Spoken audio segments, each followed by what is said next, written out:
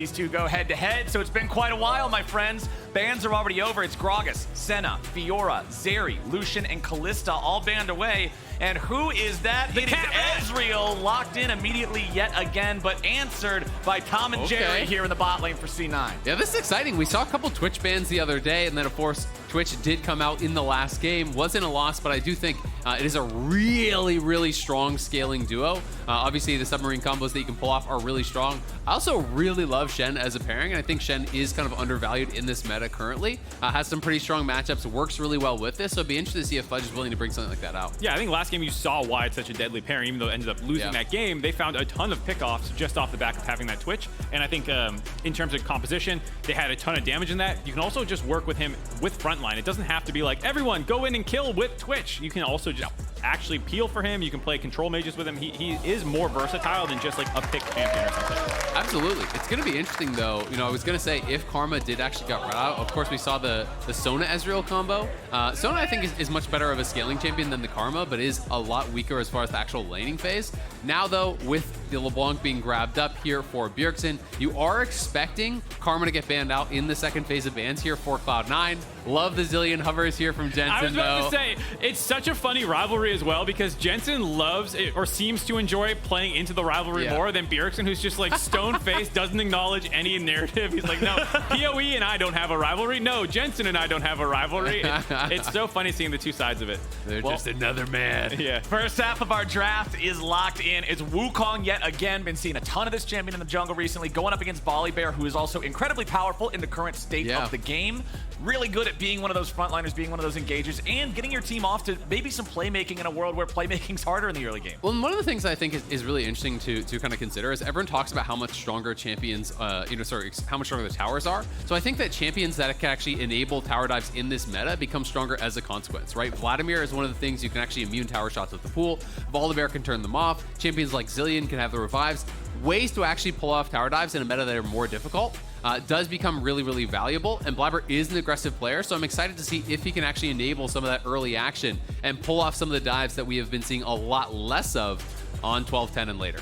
All right, well, the bans are done in the second half for C9. They are banning the Karma away from the Ezreal there for the duo. Olaf also banned away. Remember, Olaf is seen as a top laner. You better respect him for that first game. Yeah, the perfect game off the back of Bwipo just running over kids. I can understand wanting to pull that one down. And I mean, it's been such a good pick for him in solo queue. You know, if you watch any of his streams in Korea at their bootcamp, he was slaughtering people in high challenger with the Olaf. Swain with another one that I'm really excited to see if he's going to bring it out. You know, Bwipo has been bringing out new picks, up to 20-something or at least 20 unique champions across the year.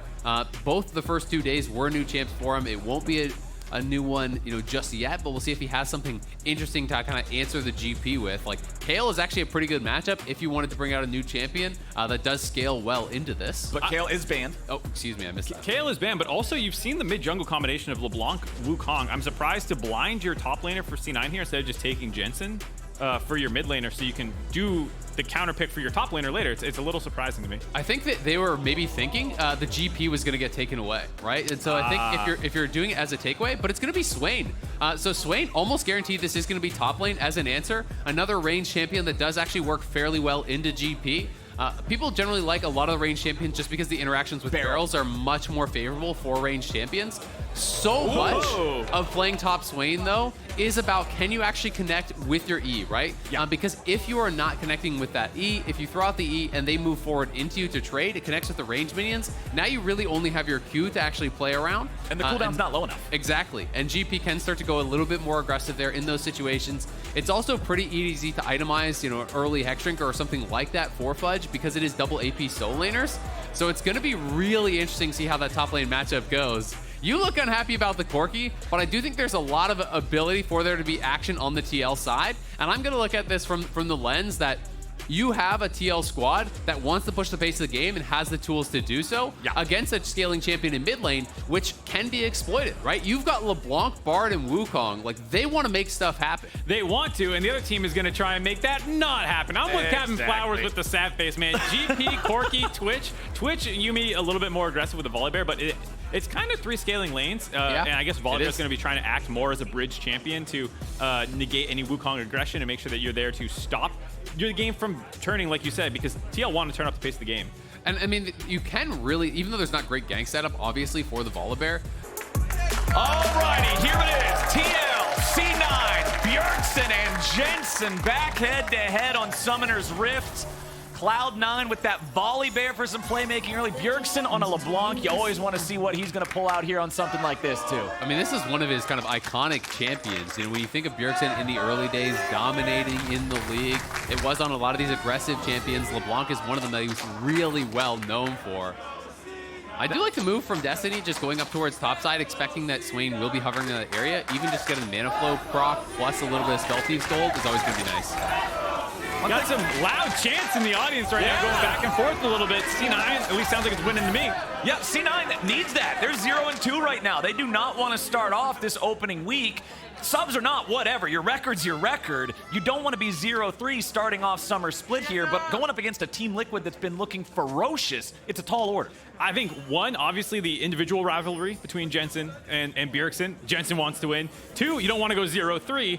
And also, I just find that you were the big opponents in the regular season last split. It was their matchups that people were looking forward to the most. Yeah.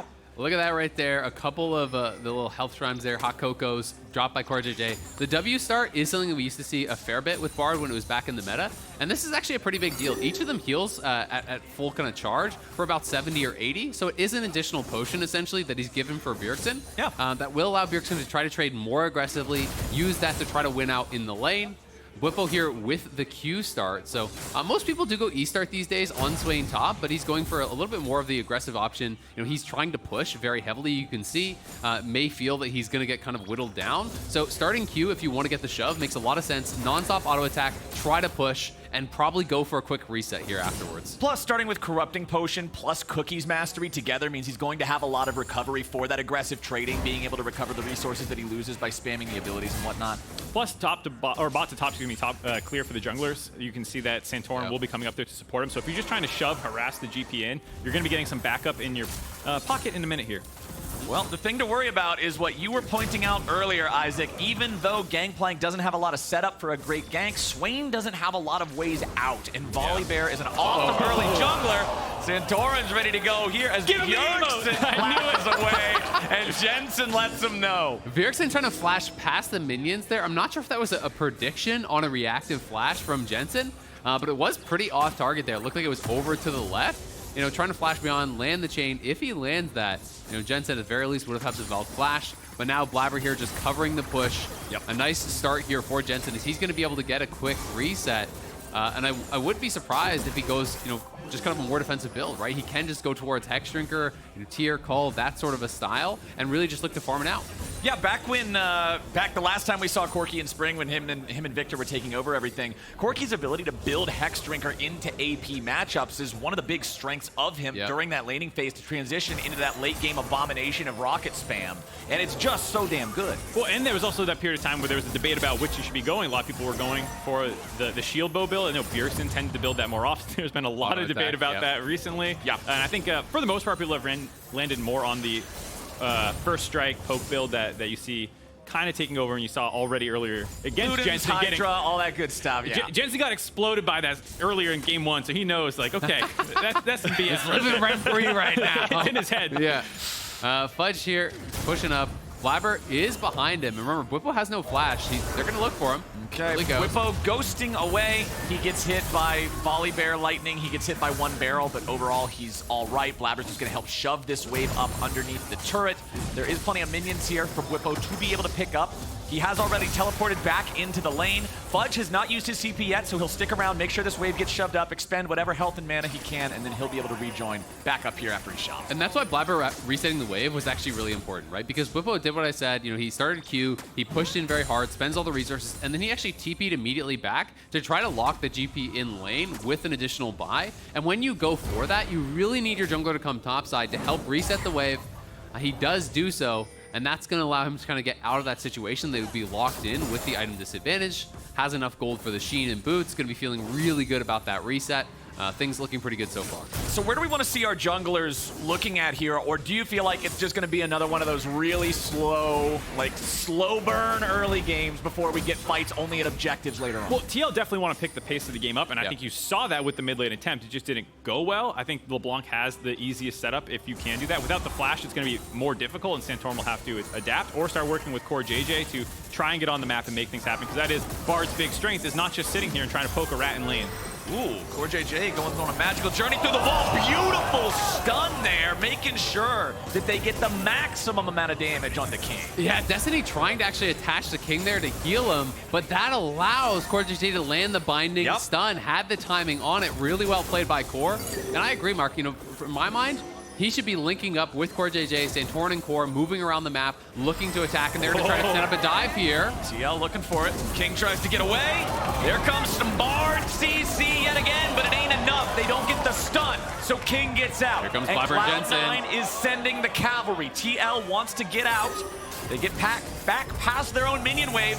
Blaber's coming in, goes for the flash, finds the stun, but he's all alone for now. TL firing back. Blaber going to be taken low, but Han's going to be taken down. First blood over to King. Santorin is not going to be dropped just yet. Bjergsen jumps in, makes it a 1-for-1. Double kill back over to Bjerg. And he is ready to go 2-1. Oh, scrapping already in the bottom lane. You guys didn't think we're getting action. We're getting action already. Bjergsen, 2 kills in the bottom lane that early on. Off of TL, you know, trying to get that early dive.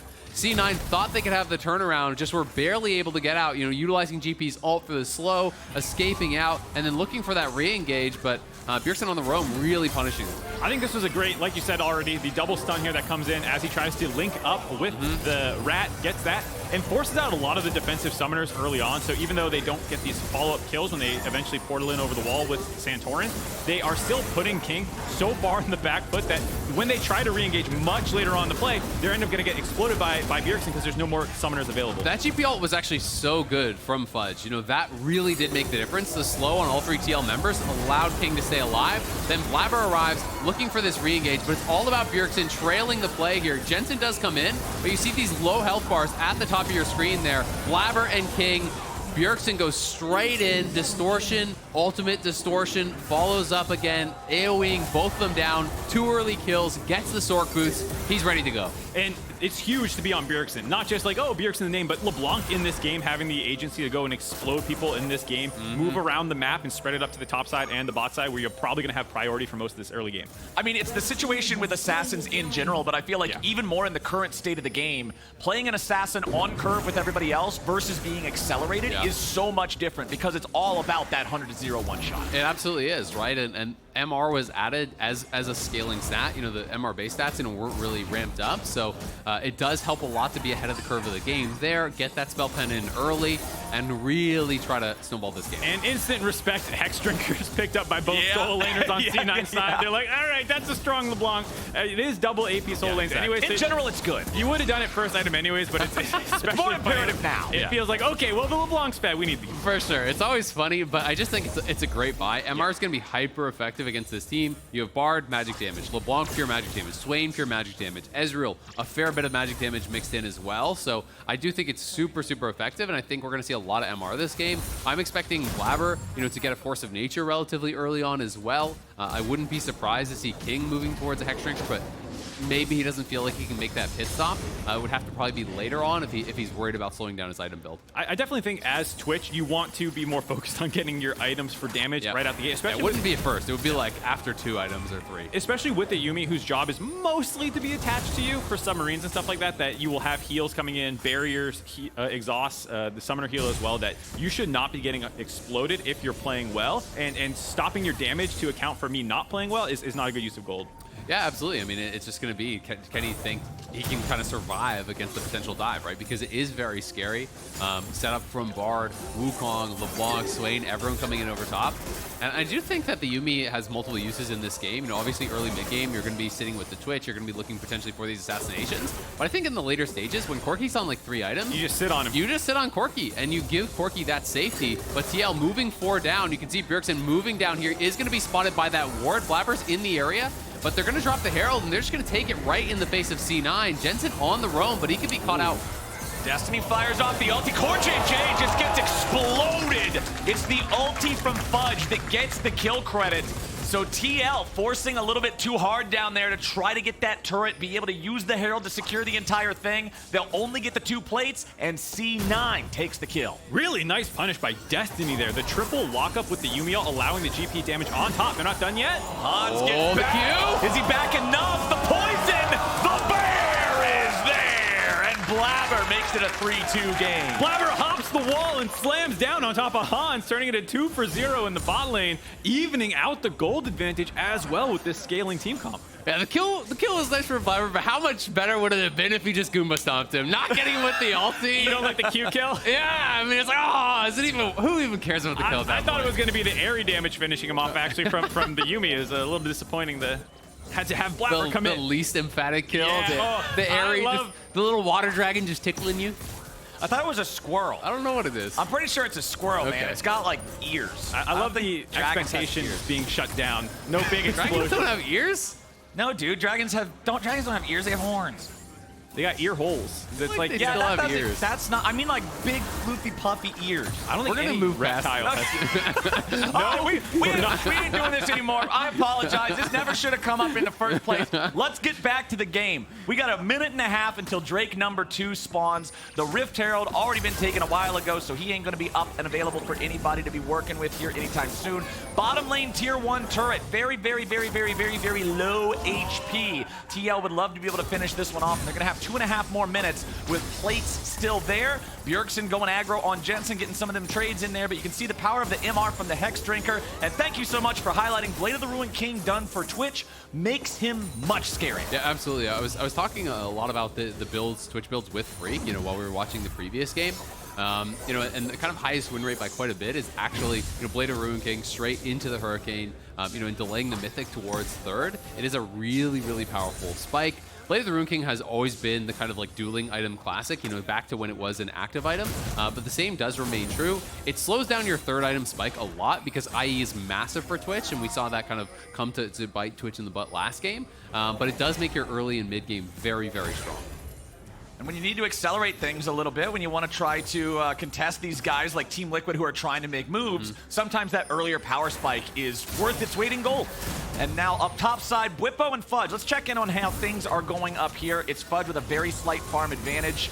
These guys, we've seen Fudge participate in those bottom lane fights just through the use of the ulti. Like you said, his ult was critical in getting King out of trouble there on that first dive that was coming in from the side of TL. It was also Fudge who ended up getting the kill credit with that on CoreJJ in bottom lane. But now both junglers have shown up in the bot lane yet again. We got the potential for a 3v3 here, but instead it's just a standoff as the Drake spawns, and there's a ward in the pit from CoreJJ and Team Liquid. I think Cloud9's done a great job this time finding the windows where TL wants to move into the bot side and punishing or just stopping their plays from coming through. This is a bot lane, like we said, substitute bot lane that has been attacked a fair amount so far through these first 3 games, and I like the fact that Cloud9's doing a better job this time protecting them and not just leaving them on an island. Oh, Bjergsen running into the pit there. Blaber activating the Q. There's no way to really chase Bjergsen over the wall unless you want to commit ulti, and you don't want to do that. So C9 will chase the Team Liquid mid laner away, and now they're the ones who have started up the Drake. TL's not really in any condition to try to contest this. Bwipo was walking down, but Fudge can just contribute with the ulti. No problem whatsoever. Bwipo grabbing Jensen, pulling him in here a little bit as Bjergsen goes over the wall looking for King. Not going to get meaningful damage there. Bwipo ultis, but has to disengage. Nothing really shows up out of it. C9 takes the Drake, but Team Liquid is going to get this bottom lane tier 1 turret. Will they get it in time for the plates? Yes, 13:59. They get the extra money. Right down to the last second there. Big pickup by Team Liquid. And so far, I actually like they're trying to punish Cloud9 on the way out, but just too many defensive tools available. And both teams kind of advancing their game plan there. Team Liquid wanting gold, wanting team fight power. Now, C9 happy to stack these dragons because come 25 minutes into the game, they should be the stronger 5v5 team comp. And I actually really liked Fudge ult in that fight. I know it looked pretty silly, but it was unironically a zoning ult so they could retreat up. They see Swain coming down. Fudge does not have TP, so he can't actually join. So they just want to slow the larger squad from TL and move up towards the tower in mid lane to try to really escape from that.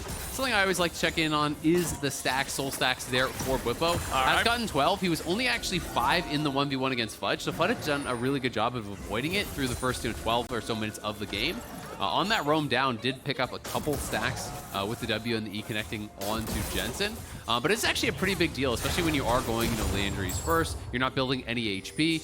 You don't have the flat HP increase like you used to with the Swain, the old Swain. Soul fragments, yeah. So it is something that's very important to actually continually get those souls throughout the game so you're not really, really squishy. Otherwise, you're a champion that has to be in a very close range with no bonus health, no bonus stats.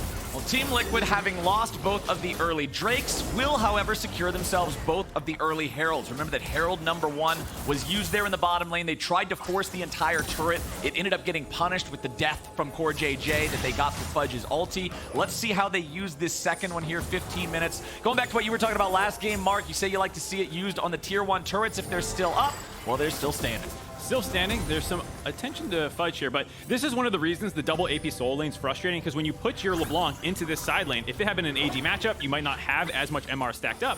Now, it's not nearly as threatening, the fact that this 2-kill LeBlanc is showing up and you've itemized incorrectly. You can see that Fudge is actually able to trade quite well with Bjergsen there and able to stave off this aggression underneath the turret and allow Corki to stay mid. Trial by fire plus turret shot. Bjergsen is not having a good time against that Gangplank. Goes for a barrel combo there, but Bjergsen gets out of the way in time. Fudge also had the flash, so if he manages to connect with that barrel on the auto attack, you can flash Q, and as long as you don't hit the clone, that's a kill. Yeah, definitely a little bit threatening there.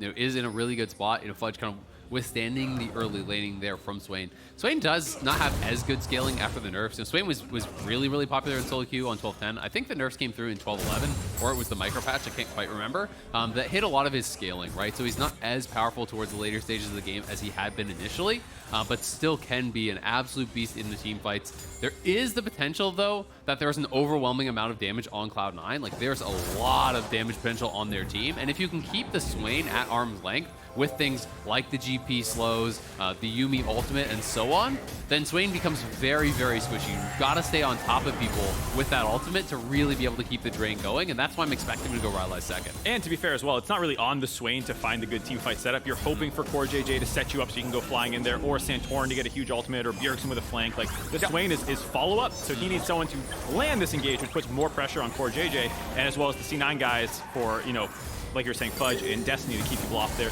carries. So let me ask you guys this. We're 17.5 minutes in. Game is still incredibly close, but C9 are grouping up here in mid lane, looking like they want to try to crash this in, maybe take this tier 1 turret, backing away now. Our third Drake of the game spawns in 1 minute. Are we getting a team fight for this, or is this just going to pass? I think we are. I mean, we see a stopwatch already on Bwipo. That to me always signifies that you're getting ready to fight. You want to have that kind of big one-punch fight. 2 items are done for Hans. His tier is fully stacked. I think that they're kind of hitting that point where they are ready to scrap, and we'll see if that is going to be the case. 2 more soul stacks picked up there by Bwipo. Yep. Good awareness from him, saying, okay, these guys are probably going to make some sort of a move here, not put himself in a spot where he can get jumped on by that as Blaber was rotating up. Santorin hanging out here on the bottom side next to Bjergsen. They'll clear out these control wards. You always love to see teams getting to the area before the objective actually spawns, clear out the vision, make it dangerous for your opponents to walk into the area itself. You can see there is still that Scryer's trinket in the brush by the blue buff. So at least C9 have that vision. Swain is moving down, and GP for now is staying up. Oh, they actually forced the flash off of Twitch there with the Bard ulti. That is really big, because flash is still available on Santorin, so I wonder if this is going to mean C9 just give it up now with Herald drop mid and no flash. Yeah, it looks like Team Liquid, they can easily force down that tier 1 turret. Doesn't look like they want to stick around long enough to guarantee the Shelly charge onto the tier 2, so C9 can disarm that one before it causes even more damage. Whoa. But a TP's coming in. C9 is ready to still try to do something here, but King in particular must be careful without that flash, as you said. Bwipo pulling a couple of them forward here, ripping out some more of those soul fragments. C9 grouped up as 5. Han Sama gonna get flashed on. They're ready to go, but it's Blaber who's in the most trouble, as now the first kill comes through on the Cloud9 jungler. Santorin gets away to safety, and Jensen's gonna be killed now as well. Cloud9 are decimated, and Team Liquid slams that fight. Cloud9 do not want to give up their dragon stacking, so they just brute force their way into River. That was such a force, and Team Liquid played that out so well. The knockups by Santorin when they were hard tunneling on finishing him off allowed the rest of Team Liquid to find those kills. I mean, that just felt like a huge overforce from Cloud9 to me. when you're attacking away from the Swain, I understand the concept. You're hoping to really be able to burst down Hans right here. We can see it in the Rocket flip the switch replay. The problem is, as you engage away from the Swain, you're giving Swain the perfect flank, right? You're actually setting up the team fight that they want. Blaber's already chunked low, does flash in. The Arcane Shift and Flash were there from Hans. Blaber goes into the stasis, and then Bwipo is coming in behind. Remember, King has no flash. How is he ever going to be able to get out of this situation? The answer is that he's not. He's pushed away from Bwipo straight into the waiting arms of Bjergsen. Your carries are just decimated. A big overforce from C9 and just didn't have the correct setup. This took a game that was dead even to now plus 2,000 for the side of Team Liquid. Let's take a look at the damage graph. 4,000 damage for Hans Sama. Remember, this is who they were going. This was the flash Volibear stun looking for him. It's so easy for Ezreal to disengage these things and still top the charts. And it goes into what we were hearing from Bwipo in his interview just yesterday, I believe it was, talking about wanting to have a bit more refined of a playstyle as a team. We've seen more resources sent to Hans Sama in the bot lane this game. I think we're going to see a lot more of that this season because, as you can see, when you get him fed, he will hard carry a lot of these games. And I like them early on in this season already having such a good defined playstyle from Team Liquid. Yeah, I mean, they're looking really strong. Cloud9 not of this by any means just yet, though. They do still have 2 dragons to their name. Yep. I think they have incredible scaling in this game. So TL will need to keep their foot on the gas here, continue pushing the pace of the game, and that's what they're trying to do here, setting up this deep line of vision. You know, this is basically all TL territory now at this point. C9 does have some defensive vision down on that bottom side, you know, in this sort of quadrant over here. But really, it's TL taking over more and more, and now Blaber, you got no stopwatch, you're in trouble. Blaber with the face check, gonna get caught up there inside CoreJJ's ulti. Blaber gets out. Jensen also barely at any HP. Bwipo, however, getting a little bit too spicy here, but Bjergsen goes over the wall, and Bjergsen goes unstoppable. Fudge continuing to get chased down now as Santorin has to back away. Oh, a little bit more will do it. Hans Sama picks up Fudge. Bjergsen's clone doesn't even die. Team Liquid just don't stop. The skill shot accuracy, they just keep sniping people from over walls and things to lock them up. Santorin is fine. It was a really impressive way they got those kills there. It wasn't just like guaranteed lockdown CC. They sniped King over the wall first, and then Fudge in the middle of all those minions thinking that he was safe to set up both those kills off the back of a pretty tough face check by Blaber here. I mean, this is one of the difficulties when you are playing with Enchanter supports, right? It becomes someone else's job to face check. Who else on the team is going to do it? It's up to Blaber. Does survive the initial play here. King getting a lot of damage out. It looked like Bwipo may have been able to go down, but then everything connecting here onto him. He gets rooted up, and he just gets absolutely exploded by Bjergsen, as well as Hans. Then CoreJJ forcing out the orange hair onto Fudge. Oh, and we're right back into it. We jump out of the replay into a repeat of a similar situation. Blaber barely staying alive, running back to the safety of the tier 2 turret, but Cloud9's jungle is owned by Team Liquid. This is what's so impressive to me about how Team Liquid's playing this game. We just saw the Submarine Twitch able to find kills in the previous game, but Team Liquid have such a firm control on this top half of the map with their vision control that they're just not allowing any opportunities for this Twitch to find pickoff. I mean, this has always been, I think, one of TL's greatest strengths is Santorin and CoreJJ working together to actually just completely shut out any vision they have. There's literally not a single ward on this side of the map that is active for C9. They have one in the pit that's turned off by the pink ward. So they're going to try to play cross map, but TL at some point can start to move towards that Baron and look to threaten it. I mean, look how scary this is to play. Blaber has to be the guy to face check it, but you know, he's got no stopwatch as he's building towards Force of Nature, which I do think is really, really effective, but they could be on the Baron right now, you don't know. Bjergsen looking for King again. True Shot Barrage nearly getting him staying alive thanks to the heals from the Yuumi. Oh, King. One more tick of Ignite would have done it, but luckily he gets away from that. Does not have a barrier any longer, still has his flash at least, but I just feel like every time we're seeing any moves being made this game, it's Team Liquid making them. Durability update keeping Twitch alive there. Is that what you guys were grinning about the whole time? Durable. Was who's going to say the word durability? I look over and these guys got What's the PG version of shit-eating green? Well, now that you've said it, you don't need the PG version. Flowers, what is the purpose of asking for the PG version and then saying the not PG version? It happens. It's a play-by-play brain. These things happen. Mouth move fast. Apologize. Mouth moves fast. Brains Anyway, move slow. durability patch. That's what I meant to say. Next Drake is spawning, but Fudge might not be alive to see it. CoreJJ nearly connecting there on the Bard ulti. Santorin walks away as Bjergsen attaches the chain to the Vladimir. Damage the enemy jungler. Make it unsafe for him to get anywhere near the objective, and you guarantee for free this next Drake. Blaber's at 200. He's going home and healing up.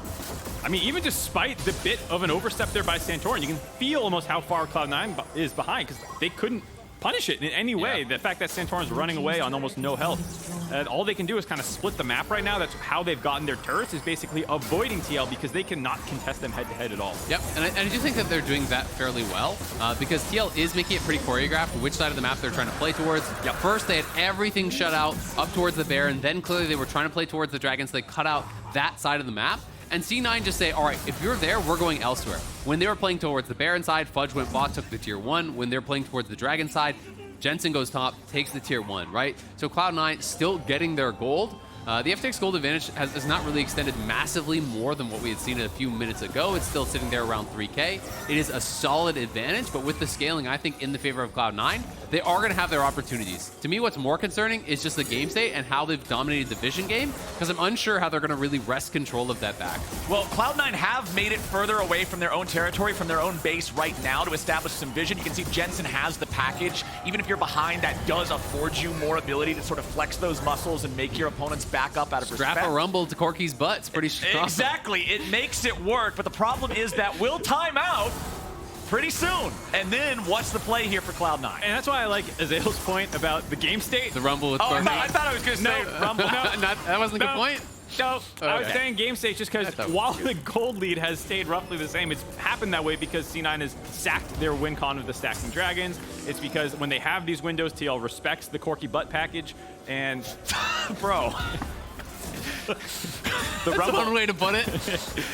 it's just heads up play by Team Liquid avoiding these kind of windows. It was a good last cast with you guys. Yeah, it's been great working with you, gentlemen. It's been an honor and a privilege these past 5 years. When you put us together, our stupidity multiplies. Oh, it's not a good thing. Tri-cast first and last. All right, let's go ahead and see the state of things overall here for Core C9. Because, yeah, you've got the Twitch at this 2-item spike. It's Blade of the Ruined King plus a Kraken Slayer, so not the Runons like we were talking about earlier. He does go for the high mythic. single target DPS. Yeah, very high single target DPS. You can see another cloak in the inventory. I'm expecting this to just, again, try to maximize that damage. Yeah, I mean, I think it has to be a Hurricane third. Hurricane is just so valuable on Twitch. I understand wanting to go for single target, you know, especially if you're thinking, all right, we have to do an overwhelming amount of damage to take someone down, like someone as well, or pick someone off individually. It does make a lot of sense.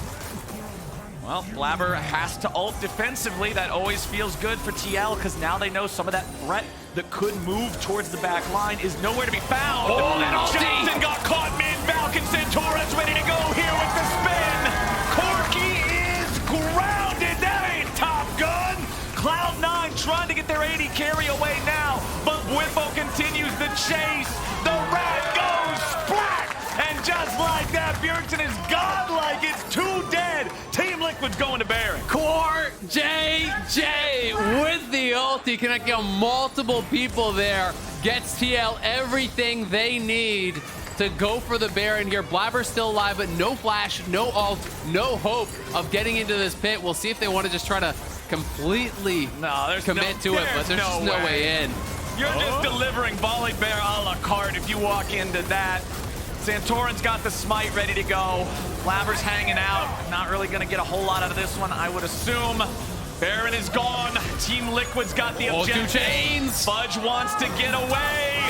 Now Fudge, he's trying to fight back a little bit, but he won't get Hans. Team Liquid picks up another one, and importantly, that is desynced from the other deaths in the fight. So now Team Liquid is able to get back. They can heal up. They'll be back out onto the map before Fudge is even alive.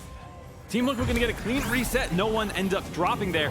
I don't know exactly what C9 was doing. It's kind of damned if you do, damned if you don't. If you just sack the Baron, you're in a really tough position anyway. So I think they're just looking for that miracle 1% play where someone horribly ints around the Baron and you can steal that or something. After this team fight started so terribly. I mean, this is such a clean engage by CoreJJ. As we see, hold on. We don't have the time for it, my friends. Blaber is trying to get away as Santorin is in hot pursuit. Blaber gets away thanks to the power of Destiny's heals and that blast cone, but with a true shot barrage coming in, Blaber has no choice but to finally use the ultimate. There to get away. Jensen gets jumped on! Bjergsen! Oh my God. 8-0-3. Here on LeBlanc, it's a bit of a mid-dip. That was a straight-up solo kill here at 30 minutes. Bjergsen is monster-fed with the Deathcap voice staff. He's got the Mage Eyes writing in his journal about how he beat Cloud9 today.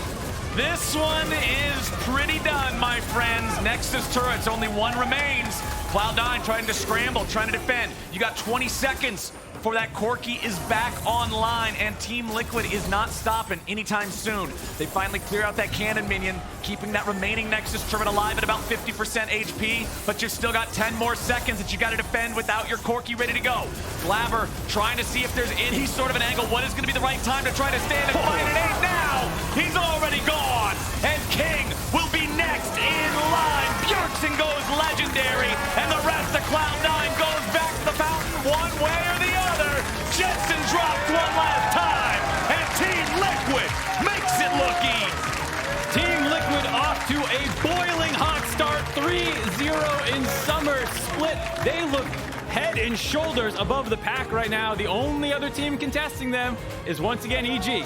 Oh man, you have to be so excited thinking about the prospect of that match. But what an opening weekend for TL, playing very aggressive, 3 straight games, dominating the opposition. Perfect game day 1. Day 2, absolute domination with something like 12-2 kill score. This is 16-4, really pushing the pace of the game, bucking the trend, ignoring the fact that a lot of people